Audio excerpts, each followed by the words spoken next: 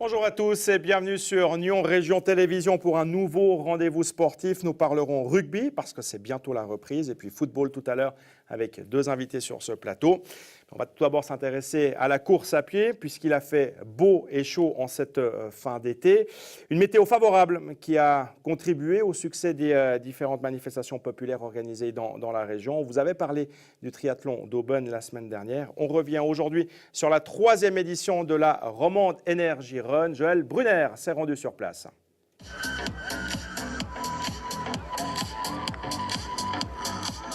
Plus de 2000 coureurs inscrits. Le premier objectif des organisateurs était ainsi atteint avec ce nouveau record de participation.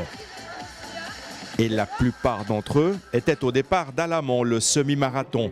L'épreuve reine remportée par Mohamed Boulama, son temps 1 heure, 11 minutes et 13 secondes. La course, elle était super bien, le parcours assez vallonné.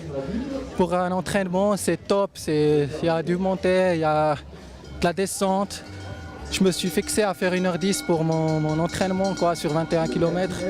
Et puis j'ai fait 1h11, c'est les allures que je voulais. Puis je suis très content d'avoir gagné. Le record de la course féminine a été battu par Katie Williams. Elle a réussi à améliorer de moins d'1 seconde le temps de référence qui avait été établi en 2014 lors de la première édition par Magali Di Marco. Je savais qu'il ferait chaud aujourd'hui, donc j'ai essayé de m'hydrater un maximum. C'était très sympa de courir à travers la campagne, de s'abriter à l'ombre des arbres et d'avoir le soutien des bénévoles. Donc oui, c'était une très belle course que j'ai vraiment appréciée. La nouveauté introduite cette année, le parcours des 10 km, n'a pas encore séduit les participants. Ils étaient bien moins nombreux à s'élancer depuis Gland, mais cette catégorie est appelée à se développer ces prochaines années. Pour cette première édition, la victoire revient à Miguel Alueva. Il s'impose en 32 minutes et 14 secondes. La course, c'était une course plutôt tactique et un rythme soutenu et voilà. Et après, j'ai profité un peu qu'il y ait bien de la piste pour attendre les derniers kilomètres et essayer de courir un peu plus vite. Pour moi, les conditions sont parfaites. Et, voilà, je cours bien avec la chaleur et bon, pour 10 km, ça va. C'est vrai, si on fait une discipline un cours plus long, c'est vrai que peut-être c'est un peu dur. Et le parcours, c'est joli, ça change un peu entre l'ombre et les paysages. Donc ouais, c'est cool, c'est bien. Alors que c'est maintenant le 4e. Enfin, chez les dames, Céline Monard a surclassé toutes ses concurrentes, reléguant à près de 2 minutes sa dauphine. C'était plus dur que ce que je pensais. J'avais entendu parler de dénivelé négatif. Bon, je pense que c'est sur le semi, mais sur le 10 km, il y a quelques jolies montées, enfin faux plats montants qui sont bien cassants pour le rythme. Mais c'est joli, puis j'ai pris du plaisir. Bilan réjouissant donc pour Léa Sprunger. Tout s'est déroulé sans accroc. Les participants, mais aussi le public, ont répondu présent pour cette 3e édition de la Romande Energy Run. Dans l'ensemble, c'était très bien. On a la 3e édition, donc on commence à comprendre un peu comment ça fonctionne. Il y avait l'ajout des 10 km qui était une nouveauté, mais ça s'est tout très bien passé. Et puis on est très satisfait de la journée avec le nombre d'inscriptions, un nouveau record sur le semi-marathon des femmes. Donc très positif. Les enfants étaient également de la fête. 300 d'entre eux ont pris part aux courses organisées l'après-midi dans l'enceinte de Colovray. Et Léa Sprunger tient beaucoup à ces courses pour les plus jeunes.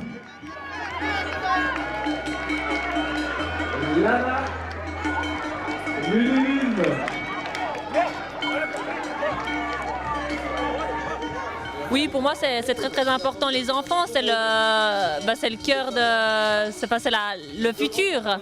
Et puis on essaye de les mettre un peu plus en valeur en les déplaçant justement l'après-midi, en essayant d'attirer plus de monde. Et puis pour moi, c'est très important de pouvoir promouvoir le sport, la course à pied chez eux déjà. La 4e édition aura lieu le dimanche 10 septembre 2017 avec encore des nouveautés à prévoir. Un parcours de Nordic Walking devrait notamment voir le jour. Il y a un certain Jacques Bizer qui s'occupera de nos athlètes, de vos enfants d'athlètes.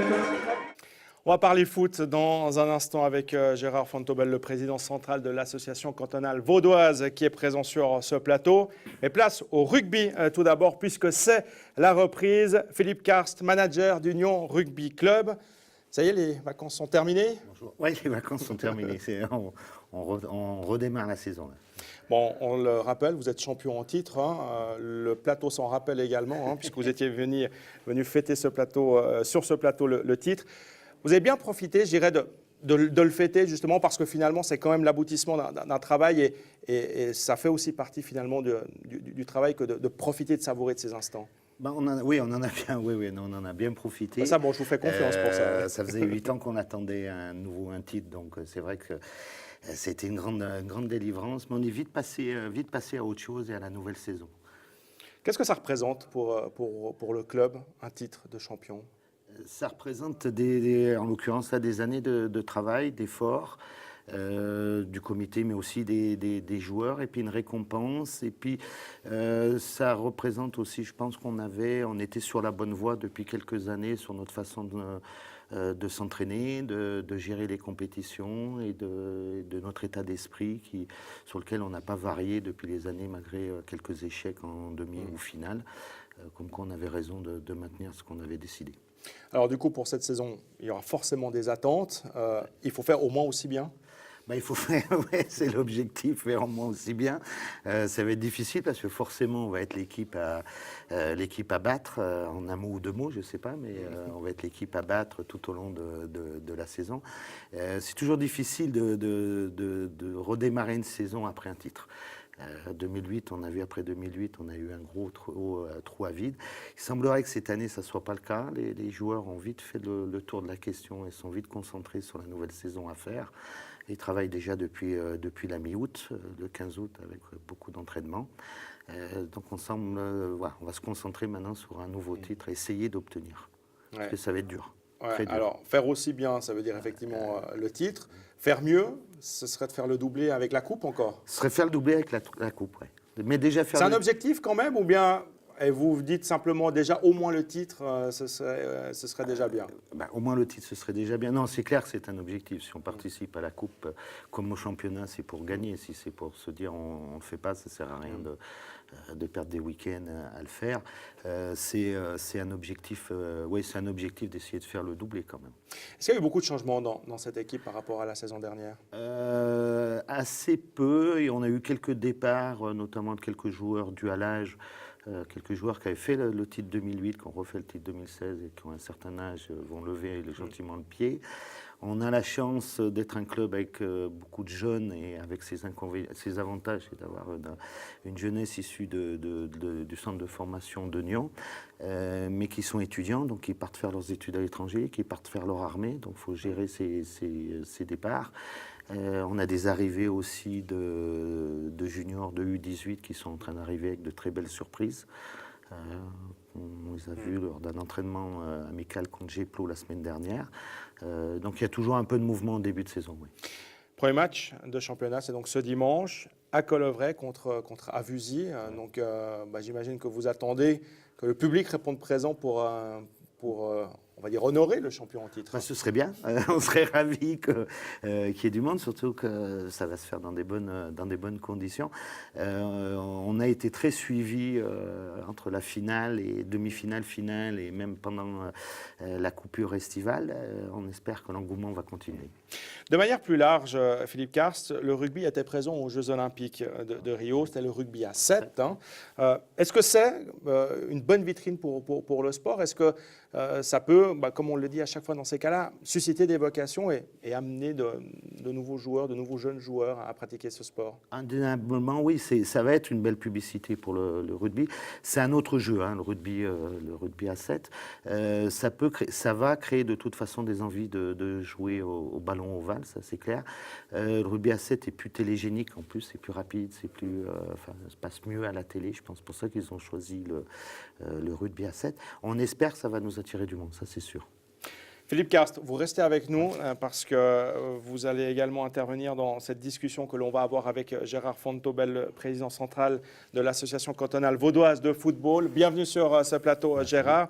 Alors, on vous a invité pour nous parler des différents cas de matchs arrêtés qui se sont produits depuis le début du championnat. En à peine un mois, 3 matchs ont été arrêtés.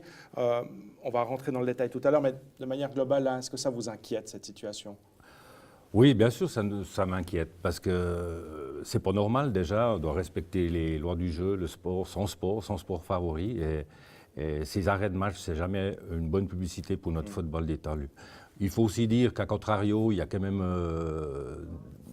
beaucoup de matchs, 500 matchs par week-end. Et bon, Qui se passent sans accroc. Qui se passent sans accroc, voilà. On pointe évidemment toujours les trains en retard et pas ceux qui sont à l'heure. Il y a eu un cas en match de coupe. Là, c'était au niveau des spectateurs que ça a posé problème. Il y a quand même eu la police qui a dû intervenir. Il y a eu un match de 3e ligue qui a été arrêté. Là aussi, la police a dû intervenir. Avec quand même une sanction exemplaire, j'ai envie de dire. Vous avez décidé d'exclure l'équipe de Bovresse du championnat de 3e ligue. Plusieurs joueurs suspendus jusqu'à nouvel avis. Là, vous avez tenu à marquer le coup, à montrer que vous seriez, on va dire, ferme et intolérant vis-à-vis de ces agissements. Oui, ce n'était pas pour marquer vraiment le coup, mais les faits étaient suffisamment graves pour prendre des décisions qu'on a prises. Et c'était quand même presque une bagarre générale avant le terme du match. Donc on a vraiment... C'était pas un exemple pour faire un exemple, mais c'était vraiment par des faits qui sont, pour moi, très graves.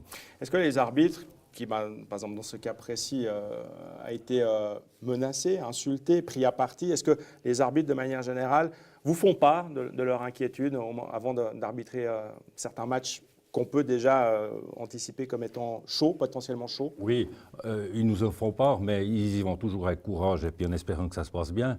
On a aussi mis en place des inspecteurs fair-play qui vont suivre ces matchs un petit peu, qui sont à risque, pour essayer d'enrayer cette violence qui s'installe un tout petit peu. Mais on prend des mesures pour ça. Les arbitres, ils sont très courageux.